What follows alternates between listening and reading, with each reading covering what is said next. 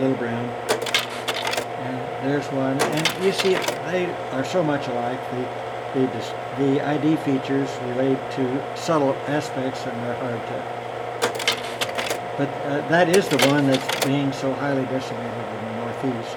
But there are still some alive, and they're going to be going. This is the small-footed mire. This occurring in far northwestern Kansas in the chalk beds, in bluff cracks, and these things roost in cave swallow, in cliff swallow nests also, which is kind of interesting. Very uncommon. Black snout, black eyes, and yellowish beige pelage. Pretty easy to distinguish. Kind of cute. And this is going to be the gray bat, which is being influenced seriously in Missouri by the white nose syndrome. There is one place in Kansas where these occur, and that's the storm sewers in Pittsburgh, Kansas. And they've been known there for about 30 years. And no place else are they known. And they do breed there. It is a maternity site. The gray bat. Okay, this is the long-eared bat, the one that is most heavily killed species in North America by white nose syndrome. There aren't that many of them, and that's why so many of them, why the population is declining. Fort Hays State has $300,000 to study the occurrence of these bats in Kansas, and there's a big ongoing study right now. They hardly are known here. Oh, here's the cave site where the three-tailed bat is known. 1/2 mile south of the Oklahoma-Kansas state line.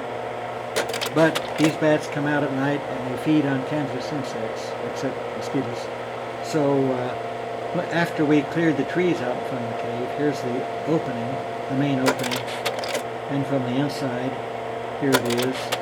And here we are in the summertime going after the bats. The excretory aroma is awful, especially having alerted to ammonia. So we mask up a little bit. Here, let's see. Here's Tom Kuntz when he was still bad with his life and a school teacher.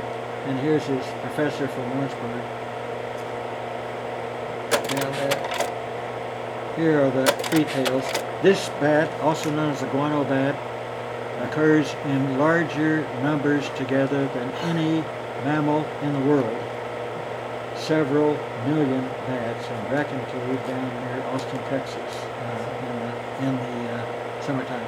You see the tail sticking out beyond the in Austin, yes, the Congress Avenue Bridge. It's the one that is here's another free tail. Now, these things are migrators. They come to this cave that I described here, and it's the farther northeastern side of this species any place. But they come to Kansas and the Kansas dogs, so we claim them. And in fact, they have roosted and had babies in an abandoned hotel in Medicine Lodge back in the 1950s, and another place in Sun City. So we can claim them as breeders. There's a free tail in flight. Oh, here they are emerging at night. You wouldn't believe the thousands of bats that come out here. It's really a fascinating flight. That doesn't show it too well, but it's... I'm not going to tell you. That's slightly untrue. It's 1/2 mile south of the Barber, Comanche County state line in Oklahoma. And in fact, on the Ted Turner Ranch, the C-Bar Ranch, Ted is, he bought this property, by the way, because his cave was there. His 40,000-acre bison ranch, just north of there, has been going on now for about nearly 40 years, 35. but he bought this place. It's crappy as far as pasture land, but he knew about this cave, knew about its importance. So we've got to compliment good old Ted and his wildlife managers. I'm way over time, but I don't care. That's all.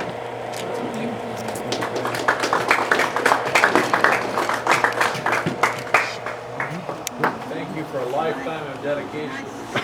Well, I've learned a lot, and that's the important.